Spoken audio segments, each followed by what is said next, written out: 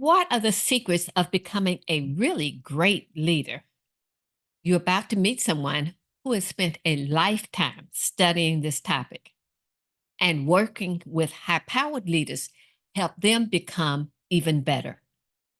This is Dr. Craig Dowden, who has his doctorate in psychology and is a certified positive psychology coach.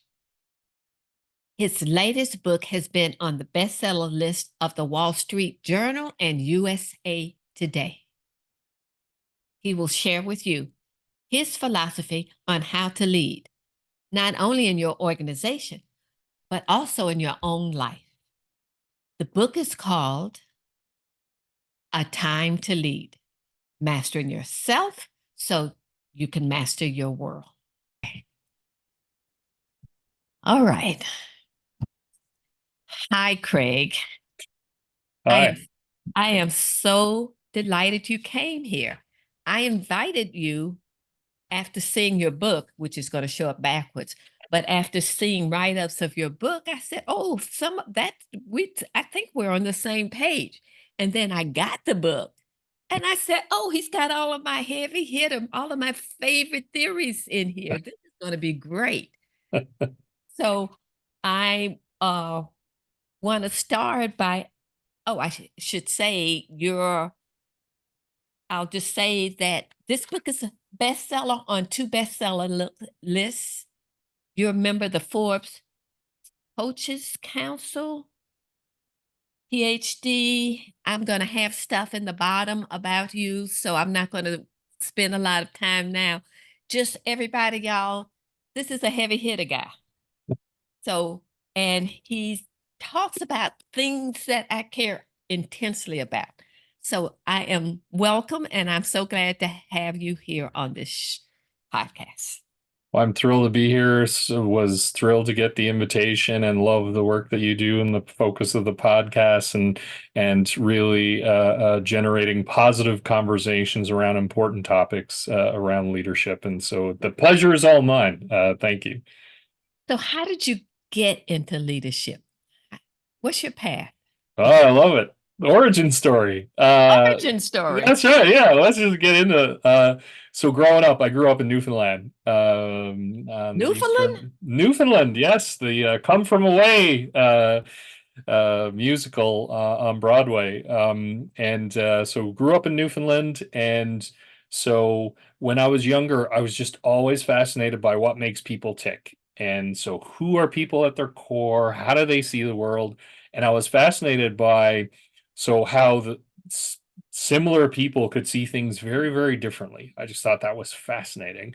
And then as I got into university, I pursued my undergraduate in psychology. And then as I moved along, these wonderful disciplines, subdisciplines of consulting psychology and business psychology and Right. personality psychology, then I thought, wow, so individuals have personalities, organizations have personalities like culture and leaders, and then you bring all of that together, and boy, isn't that fascinating. That was my orientation, and thankfully I was right. I've just been constantly inspired by and intrigued by who we are, what we're about, and how we're looking to have an impact on the world, and how do we do that together. So that was, for me, has been my lifelong passion and journey. Okay, so I'm going to ask you a question that a friends of mine and now are now having a discussion about, and it's not anything in your book or we prepared for, but you're in a prime position to answer this question. Do you think leaders and only leaders determine change within an organization, or can people in the middle or even on the bottom effect change? I love that. What an awesome opening. This is why I was so excited to talk with you, because these are fascinating questions. Uh, all of us have responsibilities in every relationship that we're in. I feel like now leaders have a special responsibility. They have a particular position and they have levers to pull. And it's fascinating because I think about this in terms of psychological safety as an example as well. How do we create inclusive spaces, safe environments? We all have a part to play in that. Yes, the leader has a special responsibility. Yet each and every one of us, we are, I like to say, the CEOs of our own lives. And that's personal and professional. And so, how we're showing up and how we're engaging with other people, what's really critical, and I think, and you talk about where we are in the world, we all have a responsibility to look at, okay, within what are the things, and you talked about the great work around mindset and emotions.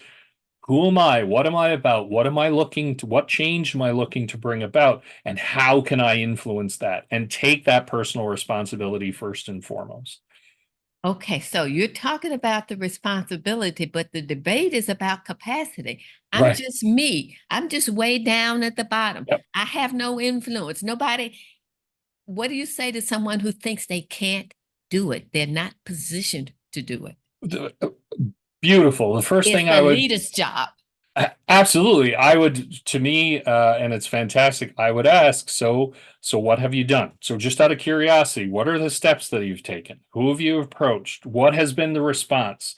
How often have you attempted to enact that change? What are different alternatives? Have you looked to create other advocates and a broader sense of community? How far have you reached out to get other people's perspectives, support, emotional or otherwise? Okay, all of those things are valuable. Now, at the end of that long road, you can say, hey, I've tried these things. I've done A, B, C, and D. Here's what I'd advise a friend or a family member to do. And it hasn't worked. It hasn't created the change or the results that I'm looking for. Once again, once you get to the end of that road, then you say, okay, so now what do I choose to do in that circumstance? What are the choices that I have? And then from there decide, now how am I going to continually show up? And I think that is back to kind of creating that sense of empowerment, that sense of engagement is vitally important. And I absolutely recognize with everything that you say, Gene, I think it is important to acknowledge that there can be a lot of barriers around pushing through that. And I think empathizing with that, with ourselves, exercising some self-compassion, or if I'm in the role of talking to someone, empathizing with their situation, and then But exploring what other alternatives are there. when you say empathizing, who's doing the empathizing? Well, I think understanding, looking to understand the situation. So, as an example, someone who's given up, like I can't, I feel like I'm powerless to enact change. I feel like, so understanding that. So, what makes you say that? And what are the things that you've tried? What are you looking to achieve? Where is the gap between what you wish was there in your reality and what's actually happening? And before, because one of the other challenges, and I love that you're asking these great provocative questions, because sometimes we might even argue, often we can judge where someone else is and start to give them advice about what they need to do before understanding what their situation is. So to me, that's at the heart of empathy, is taking the time to ask questions, understand the perspective, even if we have a different line of sight on things. That's all good, because now we're growing our own perception of things. We're growing our own insights and knowledge base, and so that to me is vitally important. So let me paraphrase what I'm hearing, and you tell me if I'm off from what you're saying. What you're saying is the person, the would be change agent, the person who wants to make changes, might be walking in, someone telling them, this is how you should change. And instead, you're suggesting it may be that if they have not been able to effect the change they're looking for, the way they're going about it may not be the most effective. And they need to instead go ask questions, gather a support system, ask more questions. You keep asking questions. I love your litany of questions. So you're saying it may be that they're not going about it in the right way. Yeah, and I love that. Right, paraphrasing, a beautiful form of empathy, where you're, hey, I'm checking in on this, and I think to me, boundless curiosity about ourselves and about others. And I love that you highlighted the questions. How many thought-provoking questions can we ask ourselves and other people rather than jumping into, hey, I've figured this out? And let's even say, for argument's sake, that I feel reasonably confident I know the solution to someone's problems or challenges. Coming in and saying, well, hey, here's what. How is that exactly? That's right. How is this effective? And also, we're making gross estimates based on our own belief system, based on our own experiences, based on who we think the other person should be. We're missing a chance to be able to connect. And let's even say that again, let's tie back to leadership. Someone decides to follow the directive that we've given just because, well, hey, you have to do this in this way. Is that engagement or is that compliance? Okay, I have to do this. And then also thinking about how to approach things really differently. So to me, I would say that curiosity is one of the most valuable skills that all of us can benefit from. And we may come to an eventual conclusion that supports the initial stake that we have. It's essential for us to walk through that thought experiment and ask a lot of questions and see where we end up. Okay. So listening to you, I now started wondering who qualifies as a leader in your eyes. Well, I think it's interesting around positional leaders, which a lot of times people think, well, I've got the authority. I'm in a hierarchical role. To Right. me, leadership, so, and there's the piece of followership. We can have a whole lot of fun as well of that, right? Because Yeah. we can take times where we are leaders in certain situations, and there are times it's essential for us to equally build our followership capabilities. Right. And to me, true leadership, and if it's engagement and collectively moving people towards a shared common goal, that is all. Anyone can do that. It's irrespective of position, because you go, and I'm sure in your conversations, and you've seen this, I see it, where you ask people, so who are the key leaders in the organization? Who are the ones? So if you are going to institute a change, who would be the person that's going to be vitally important to have on board on that? And sometimes, if not often, it's not the senior executive necessarily, or the CEO. Exactly. And then you start to once again be curious and go, so what is it about that person? Chances are they've established deep, trusting relationships with people about being curious. It doesn't mean we have to agree on everything. It means that I'm interested in where you are and your perspective, and I demonstrate respect by now integrating that into my thought process. Again, I may not agree or do the thing that you would prefer me to do, yet fundamentally, to me, that is the heart of a leadership relationship, where it's I trust you if I follow you to have my best interest at heart, even if I disagree. Okay, say that again. That just that Le- is critical. Say that again. Leadership is really around, do I trust you to have my best interest at heart if I follow you? And that is If it's if I follow you, will you have my best? Now connect that with psychological safety. yeah, well, and again, this is so much fun. In order to get, or a fundamental element of getting there is, are we talking about the things that matter most? We all have things at our core that are important to who we are, the values we hold, that authentic self, and those aspects. And psychological safety to me is creating that environment in which the things that I most value, I find a way to be able to put on the table and we talk about it openly. Now, it doesn't mean Oh, there's, yeah, exactly. never heard anybody define it that way. And that to me is everything. Now, it doesn't mean there isn't risk involved. It doesn't mean that it's not going to be awkward in its execution. Once again, back to trust. And this comes into that my thought process around leadership is that I trust that everyone around this table has my best interest at heart. Now, that doesn't mean they all agree with me. And I think that's also important, because you talked about this your initial question about, well, who has the responsibility? We all have responsibility. As much as I have my own position on a particular issue or topic, you also have it. And it's essential, if I want you to engage with mine and listen, I have to afford the same respect to, and it's not about, well, I've got it right. It's okay. We have different views. That diversity of thought and perspectives is our superpower, Now let's create an environment where we can capitalize on that. Okay, so I gotta say this again because I really have never heard that. We overlap so much. But I had never heard, do I trust you to have my back if I choose to follow you?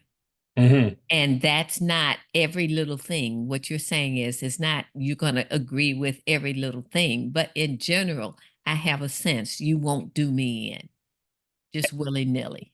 And thank you for asking me the question because I love what we're talking about uh, because really it's, do I trust you to have my best interest at heart?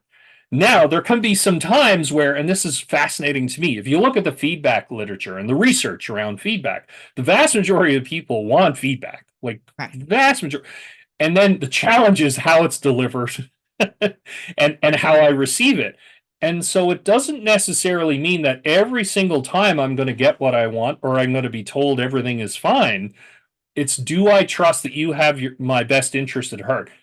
And to add a caveat, even when I disagree with you, right? Like, do I think, and this is what's so fascinating about the work around change, is that oftentimes, in the vast majority of cases, it's not so much around, well, I disagree with the change or I'm going to fight against it. It's that, do I feel that the person who's initiating the change, is my voice being heard? Step one. And then do they demonstrate that it's been valued? It doesn't mean they do what I'm saying. Does it look like, do I have that sense that, hey, they've heard me, they've considered this, and they're going somewhere else?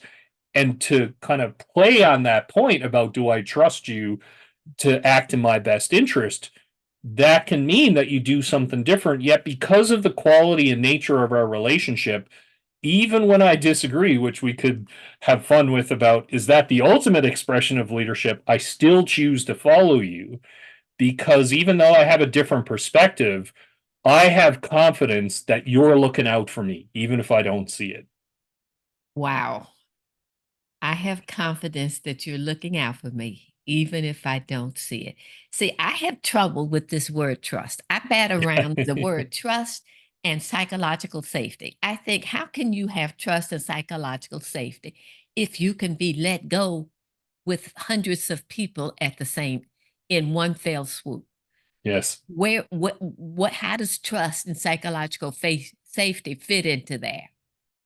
Yeah, I think, and this is where it's those messier conversations, right? And I think this is key in terms of executives. And I've coached executives, worked with executives, going through the pandemic, where people were worried about cutbacks and layoffs and all those kinds of things. And back to psychological safety and trust, which again I think is really at the heartbeat of our personal and professional lives. Like, it's the lifeblood of our relationships, then to have the courage to step into that space and talk about those uncomfortable things. So executives, chief executives that I've worked with and spoken with, where they'll say, we're in a really disruptive time right now, an overused term, yet we're in a really disruptive space.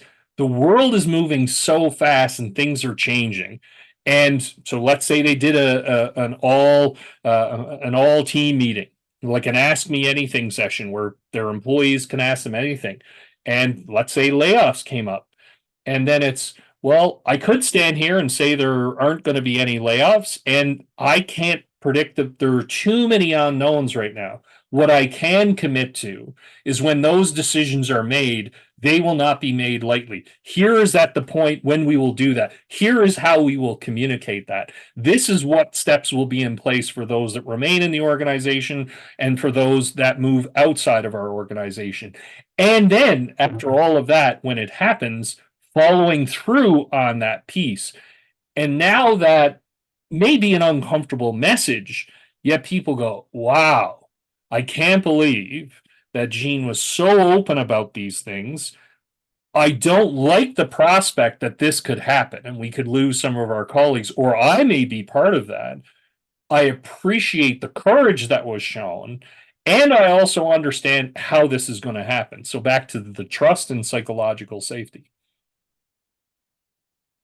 Okay, so I'm not trusting that you will take care of me no matter what. I'm Mhm. trusting that you will be honest with me no matter what. You're talking about psychological safety and trust stem from transparency Absolutely. And being transparent and respectful of the other and person and and respectful. and respect.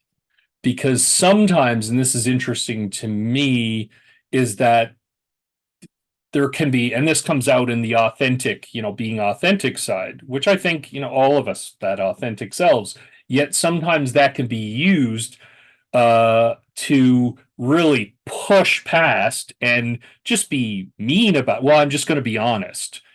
Well, being honest, that doesn't now say everything that follows because I'm quote unquote being honest. Then it absolves me of the how I'm going to communicate that message. Once again, if we're looking at leadership, if we're looking at relationships, now it's important for me to think about now how am I going to frame that message and that communication in a way that's respectful of the other, that's honest, that's respectful, that's collaborative and constructive. These are all critical elements. If I'm looking at creating that space of trust and safety, these are foundational elements. And so I think that is the part about how can I be honest? How can I be respectful? And back to uh, the empathy piece, back to the curiosity piece. Now, who am I speaking with? And what's going to maximize the chance? If I fundamentally believe that I'm looking to be a quote unquote good leader or good human, how can I engage with this individual so it maximizes the chances that I get the goal that I tell myself that I most want? Okay, so you mentioned, oh God, it's all over the place. Okay, I mean, you're just getting all the This good, is juicy fun. stuff, right? I love it. Yeah. Okay, so you mentioned authenticity. I'm looking at the table of contents. You have seven basic, I think you call them pillars, Mhm. right? Mindset, emotions, resilience, strengths, feedback, difficult conversations, leadership, authenticity. I just collapsed it. So let's go with the authenticity piece. Yeah. First of My all, tell me your background with uh multicultural groups, with plural diverse groups in organizations. Well, in my client organizations, I work with diverse companies, diverse groups within organizations, and have spoken with and work with my clients from a coaching and speaking standpoint about how to leverage the power of diversity and create space, create inclusive and safe environments for conversations and for sharing, because truly diversity is our superpower. And so that's a big, and how to create conditions to be able to do that effectively. That's been a big part of my background and what I'm passionate about in terms of positive leadership, because that's fundamentally at its core.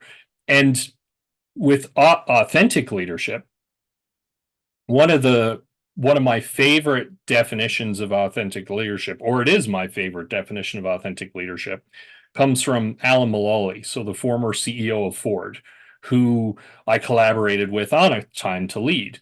And Alan is one of the most widely respected CEOs in the history of CEOs, and so well regarded because of his working together management system, which really is about how do we bring everybody together in a really inspiring and engaging and respectful way. And he defined authentic leadership. It was such a masterclass for me, where he said authentic leadership is when our values, our beliefs, and our behaviors are in alignment. The only thing people can see is our behaviors, and from there they draw conclusions about our values and beliefs. And I just love that, because then to me now, when I'm out in the world, if I'm a leader in my organization, if I'm a leader in my community, if I'm a member of my family, now I want to be thinking about how I'm showing up, because what people are going to see are my behaviors and draw conclusions about who I am, that authentic self. And back to curiosity, to link it back to where we were earlier, then it's like, so if I behave in this way, what is going to be the likely conclusion that people are going to draw from interacting with me? So back to change, and then I have a particular direction. If I see respect is vitally important, if I see being collaborative is vitally important, if I show up and say, well, no, Gene, you're doing this wrong, this, you just need to do that. How does that behavior link back to my core value of respect or being collaborative? And it's a nice kind of check, internal checkpoint to be able to self-assess, because a lot of times our intentions can get mixed up with our impacts. We're so caught up in the intention behind our behavior, we That's don't the see truth. the impact. Yes, it's so true. Okay, so let me talk to you. Uh, One of the things people come to me for is how to fit diversity into leadership and Mm, inclusion into leadership. So let's take authenticity. There's a big debate going on now, literally on social media. yeah, And people of color be authentic in the workplace. mhm, And the reason is if we feel disrespected, for an example, what do we do? What do we yeah, authentically? We would try to talk about it. But if we try to talk about it, we're accused of playing the race card or the yes, gender card, right? yeah. So we can't bring it up. Therefore, we can't be authentic. How would you respond to that? I think so. Going back to earlier, which I loved your question about, we all have a responsibility within that conversation. And I think these are important questions to ask. And I think again, within organizations. So, and this is where senior leaders, all of us, again, in positions of leadership, executive leadership, and CEO, the higher up in the organization you go, then there's a larger responsibility about to how to have those conversations.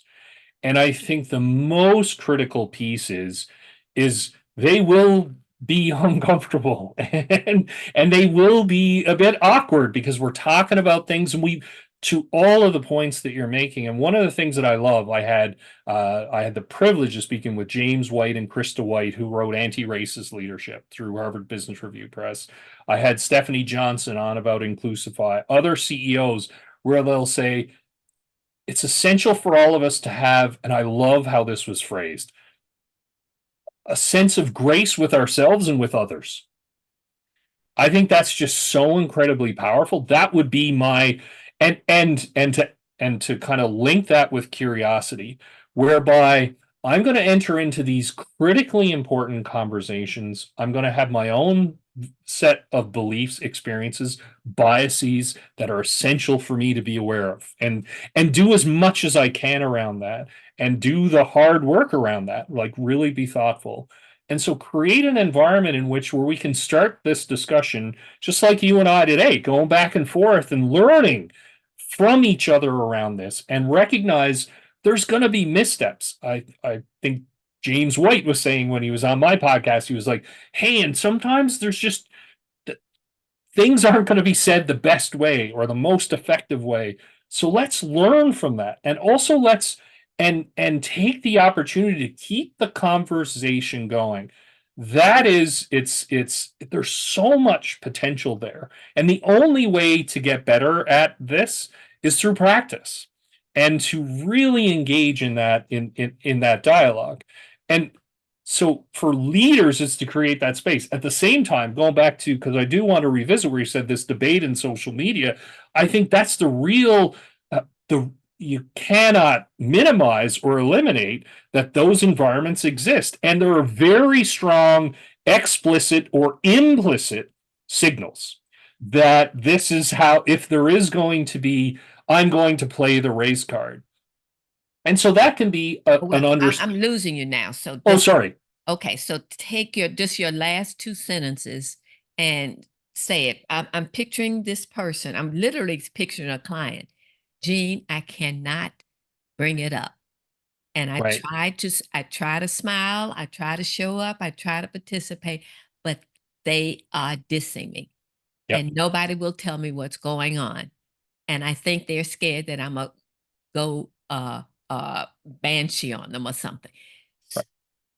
What are you saying to this person?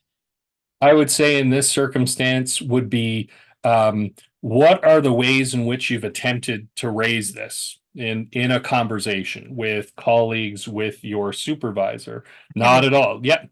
Nope. And then I would also say, so have other people attempted to raise this within conversation with your supervisor or with your colleagues? No.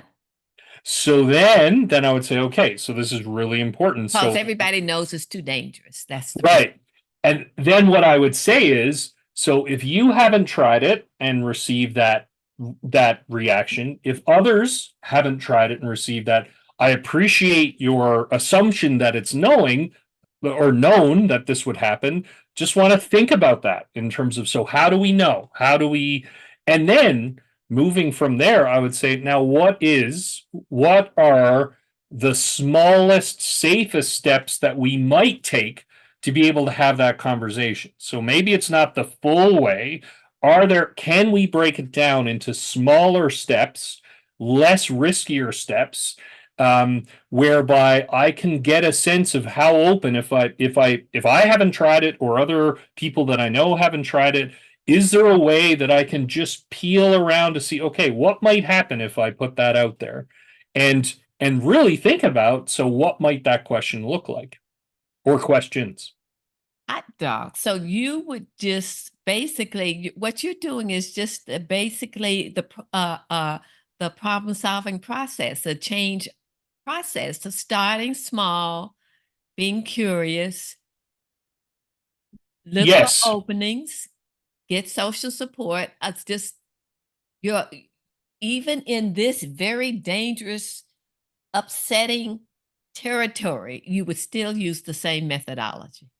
And then ask the person, so what happens if you don't do anything or don't say anything, like stay where things I'm are? And inauthentic. then yeah, and what are going to be the long-term I don't consequences, and get how? promoted. It's Yeah, a vicious it's cycle. absolute. And so I think, once again, kind of sitting back with these things and saying, okay, so what are the elements that I can enact, and what are the choices that I'm going to make in this particular environment to be able to do that? And perhaps another uncomfortable question to ask ourselves as well is that, okay, so if I do see that this environment is really not inviting for me, it's not inclusive, it's not providing me, and I've done, and a powerful orienting question too that I've asked people, say, okay, what advice would you have for someone else who's in the same position or situation you are in another organization? Like, what would you advise them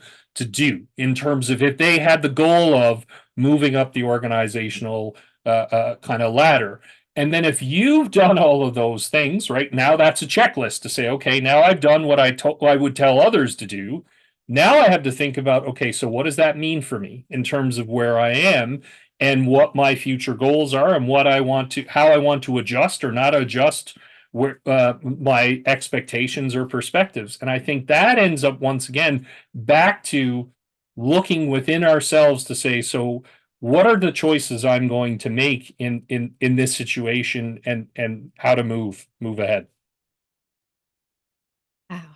So here's what I'm just I get embroiled with discussions of race and gender and all of that. This is a very hot political climate right Yes. now, extremely hot. So everything seems humongous. And Yep. what I'm hearing you're doing is saying, this is this problem. If I'm working over here with Ford and they're worried about electric cars, this is how we would approach it. You have the same method. This is just another problem to you to solve Well, in a yeah, way that makes sense for the person. I think, and I appreciate what you're saying, and to on my side, it's almost, we're all at our core meaning making creatures. I Right. love how people talk about that. Right. And we're looking to make sense of our world, our relationships, ourselves. And so the vitally important work for me is that then saying, okay, so what is it? Who am I? What am I trying to achieve? How does that fit into the environment that I'm in right now? And then what are the steps that I need to take or not? Again, inaction could be a step that we choose to take for different reasons.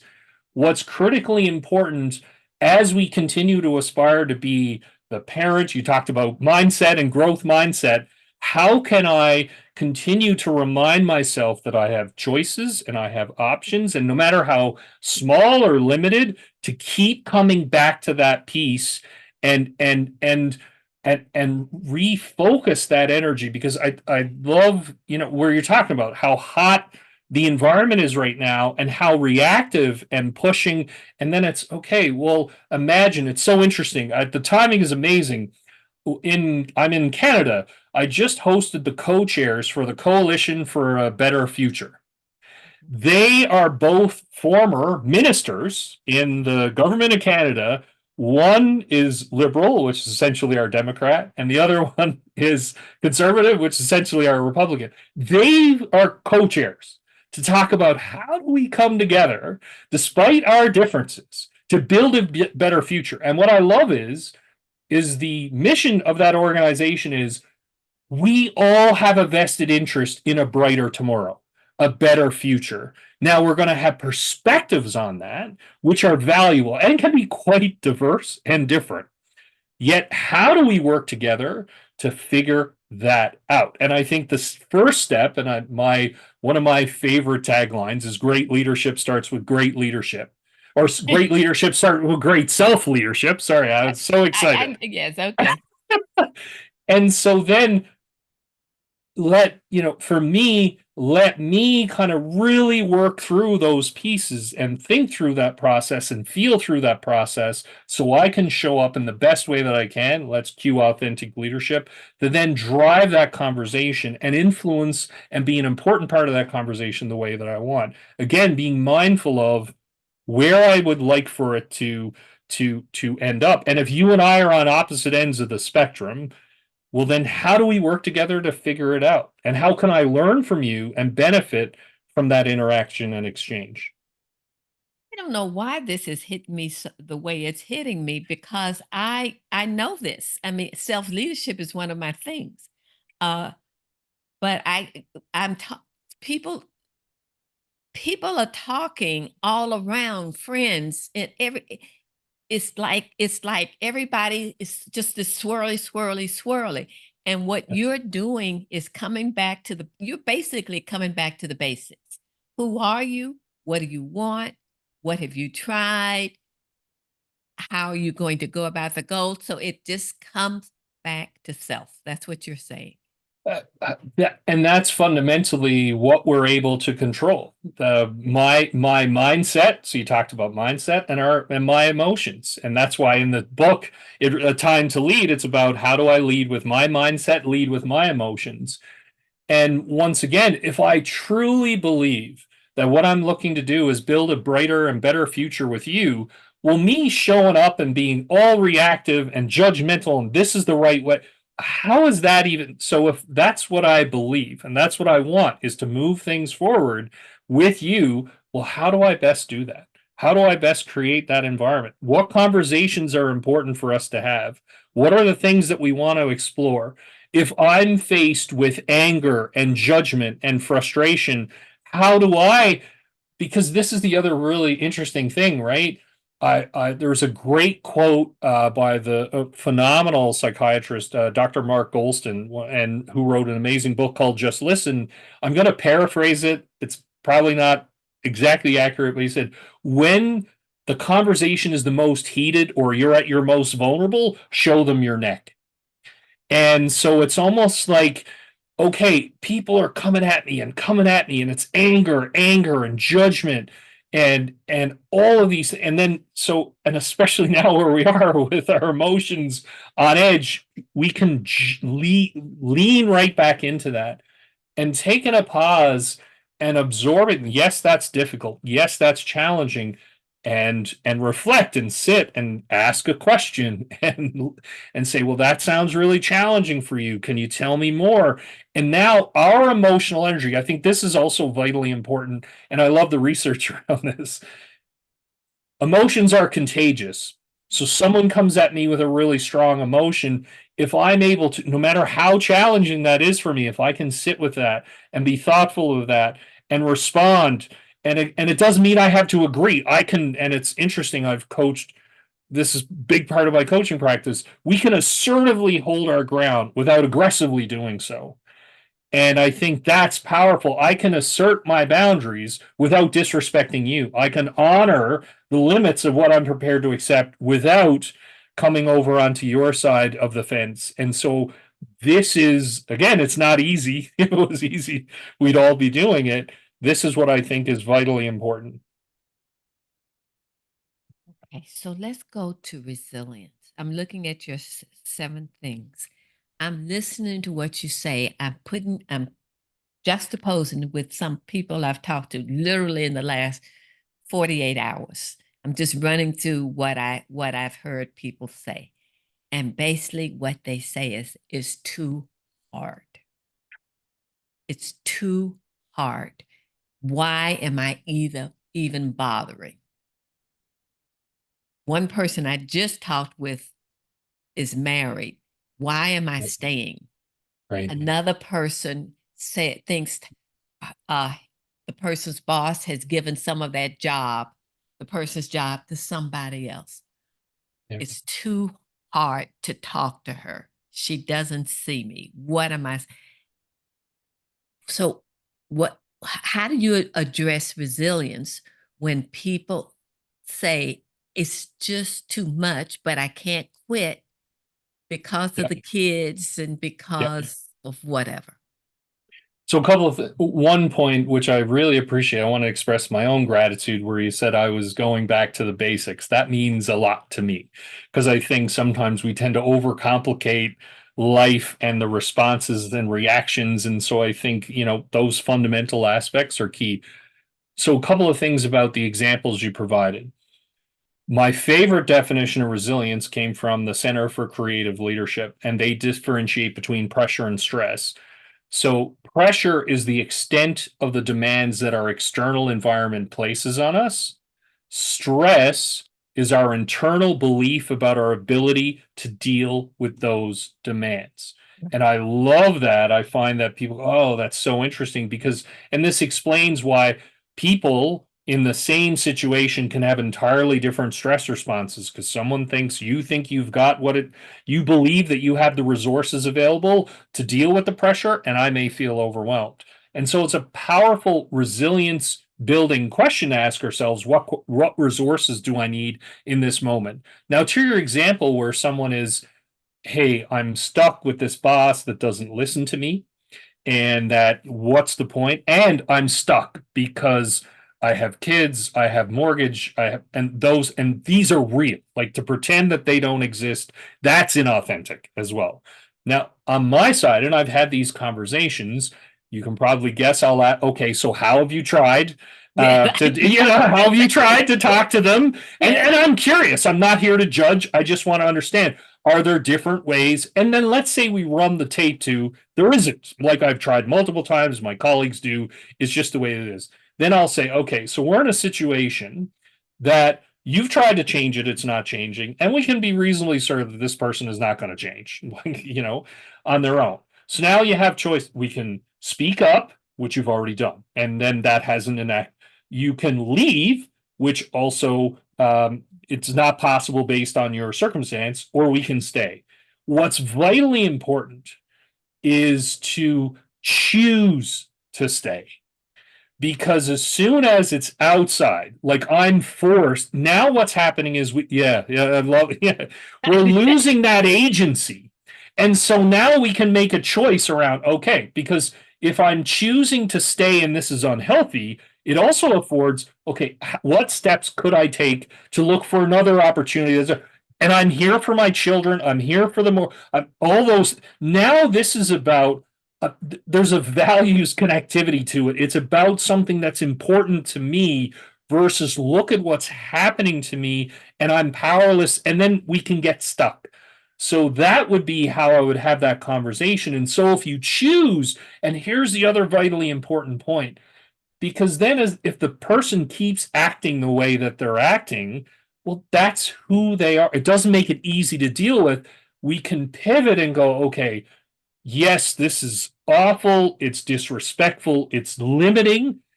It's important for now. I'm moving to I'm doing my children, my family. This is essential for us right now. And so this re-entered, like, so what do I need to do to think about alternative, different futures for me, and what steps can I take?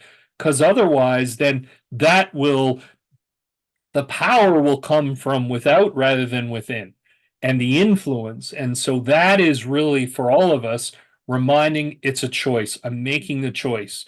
And now this is a terrible consequence that I've thought through, and I'm prepared to accept. Because what I find, and I have this conversation as well, we beat ourselves up over choices that we've made for good reason. I'm doing this for my Yes. children. Yes. And then when this happens, now I'm upset that I'm staying in this, and all these negative thoughts just wash. Well, how, and look at how they're treating me, or look at what I'm doing, and how can I possibly put up with that? And we miss that's why I think the choosing part is so vital, is to say, this is for my children.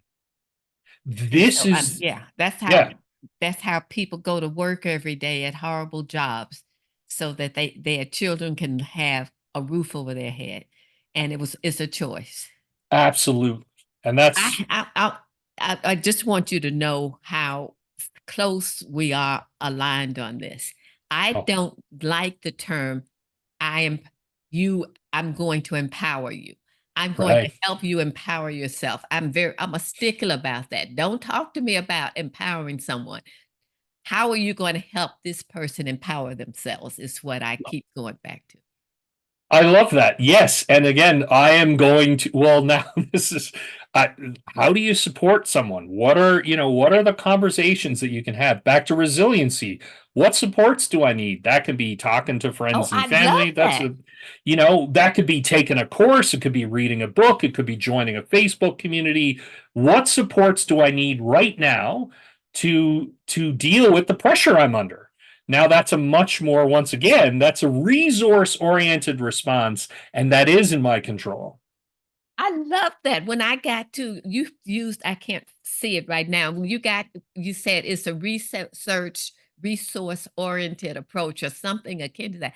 I said, "Oh, so he's saying the way to handle resilience is you build up your resources so you can take it so you can have choices."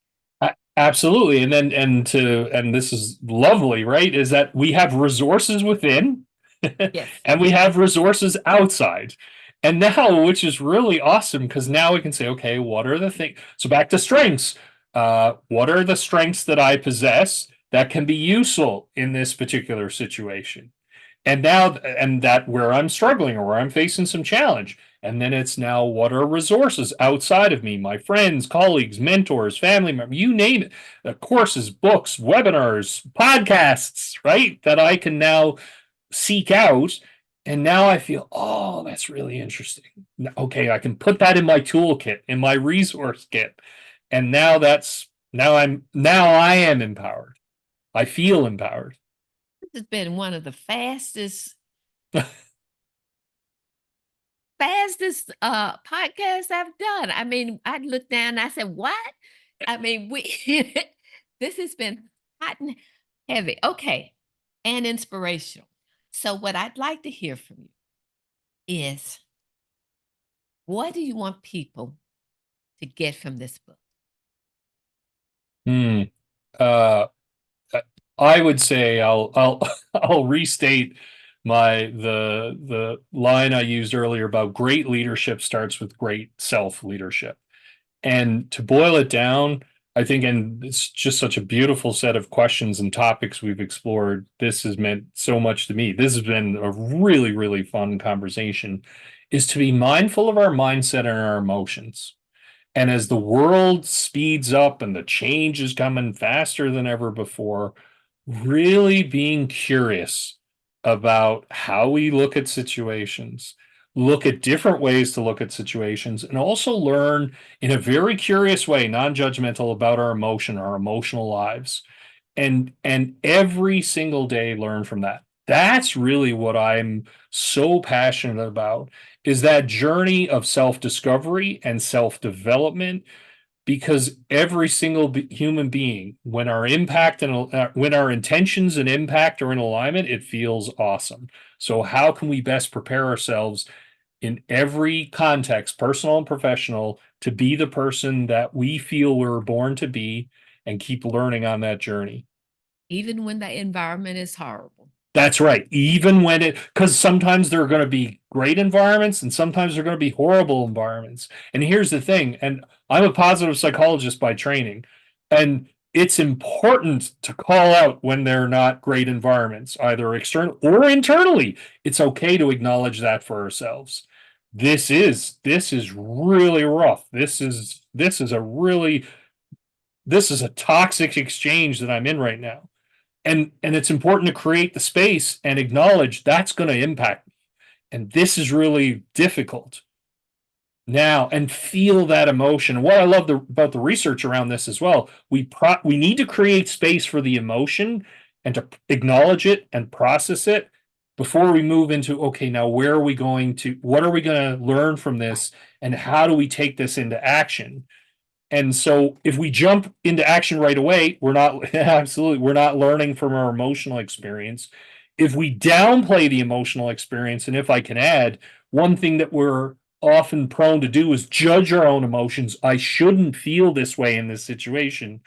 Yeah, we are beyond the line. It's awesome. That's exactly the same thing. I'll say, you have the right to feel whatever emotion you're feeling. Now, the interesting responsibility is, what's going on? And the more disconnected you feel your emotional reaction is to how you feel you quote unquote should be, the more curious you want to be about that emotion so you can learn from it, because something's going on. That was the other thing I'd love to you talked about that study of naming your emotions and being able to label them.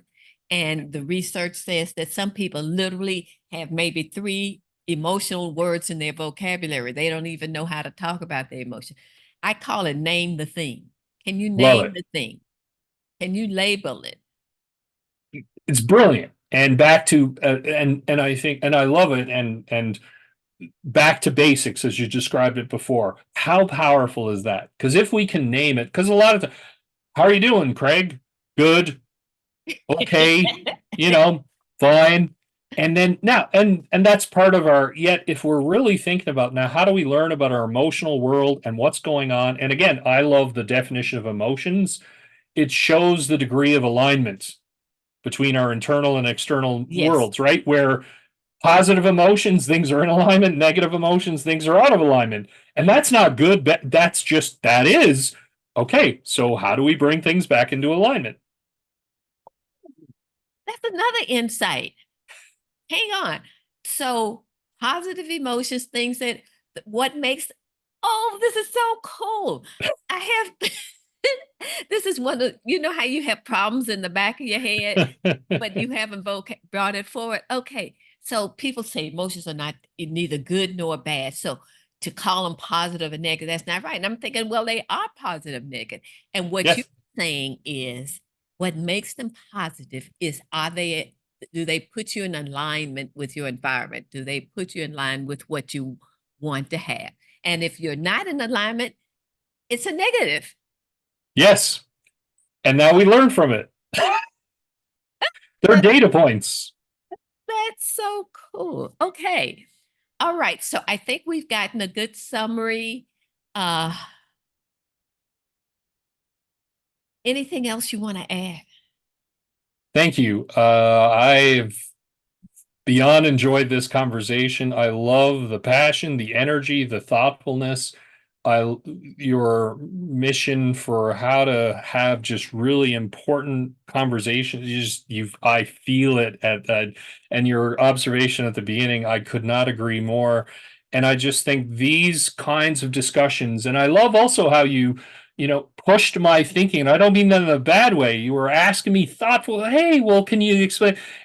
This is great, because then we learn and then have the opportunity to be able to grow, and right away it's like we've known each other for a while. We Like, come out of the same literature. Let me just yeah. be clear about that. I come out of positive psychology. When I was teaching, I assigned learned optimism. So I mean, this Yeah. goes and Chris Argers, undiscussable. Oh, yeah. You're not using the term, but yours is what you're talking about. So, and if everybody, y'all, I just threw some jargon at y'all, and I couldn't resist it because he and I come out of the same literature. So anyway, so thank you so much. This has been totally delightful. And you have broken through two very important things that I've been thinking about and mulling over for a while. So the most recent one of this whole dichotomy with positive, negative emotions and how to even think about it. No, well, thank you. This has been great. I've learned so much through this, and it's been really fun to think about my own thinking Yes. on these. So thank you. It's been an absolute pleasure. Okay. So many takeaways. So many takeaways. I'm just so happy Craig and I could delve into the nuances of this work and of leadership and of leading oneself. Okay, first takeaway. He defines authenticity as when our values, beliefs, and behaviors are in alignment.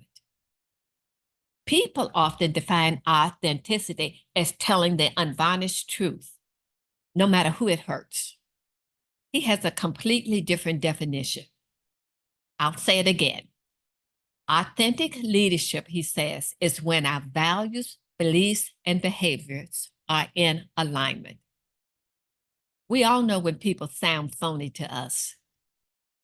That's when we believe what they're thinking is not consistent with what they're really thinking inside.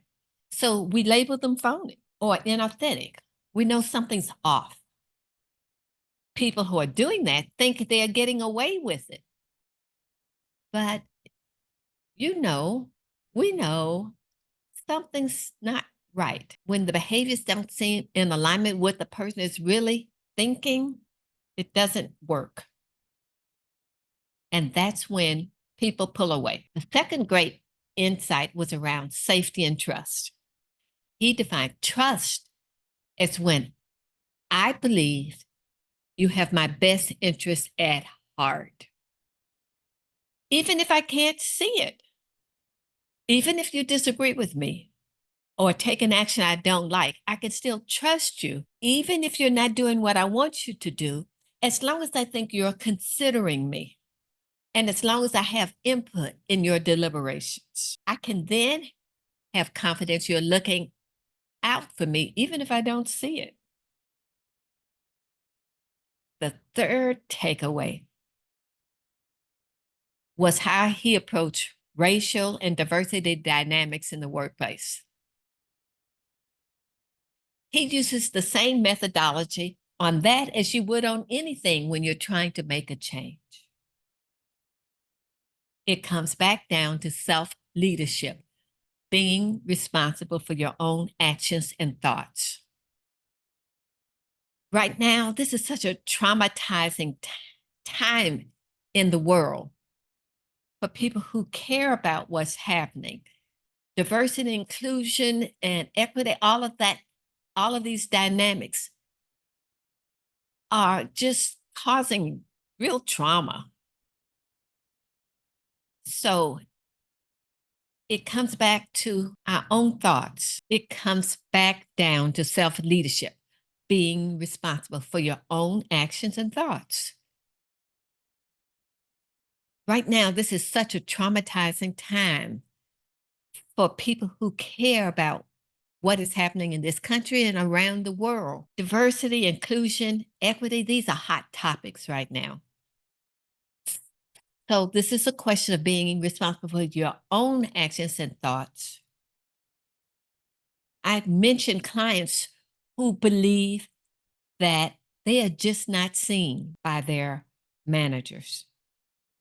He says, be responsible, be aware of your own emotions, label your emotions, be empathetic with others, approach them responsibly, freely choose your options.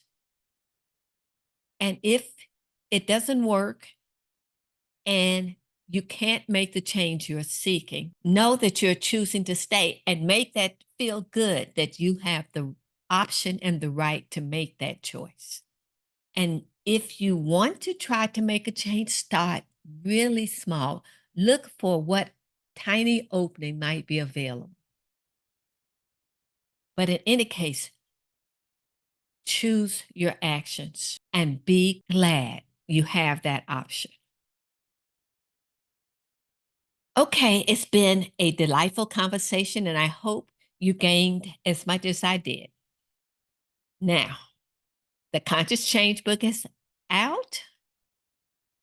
If you get the newsletter, you know that I'm setting a challenge to myself to ask people to post reviews on Amazon or Goodreads. If you've read it, please give us a review. We want the word to spread. And if you haven't bought the book, please buy the book and read it and post a review. And if you don't want to read it, but you think it sounds great or you don't have time to read it, buy the book and give it to a friend who could use it. Support the work in your own life and in how you choose to enact conscious change. Thank you for listening.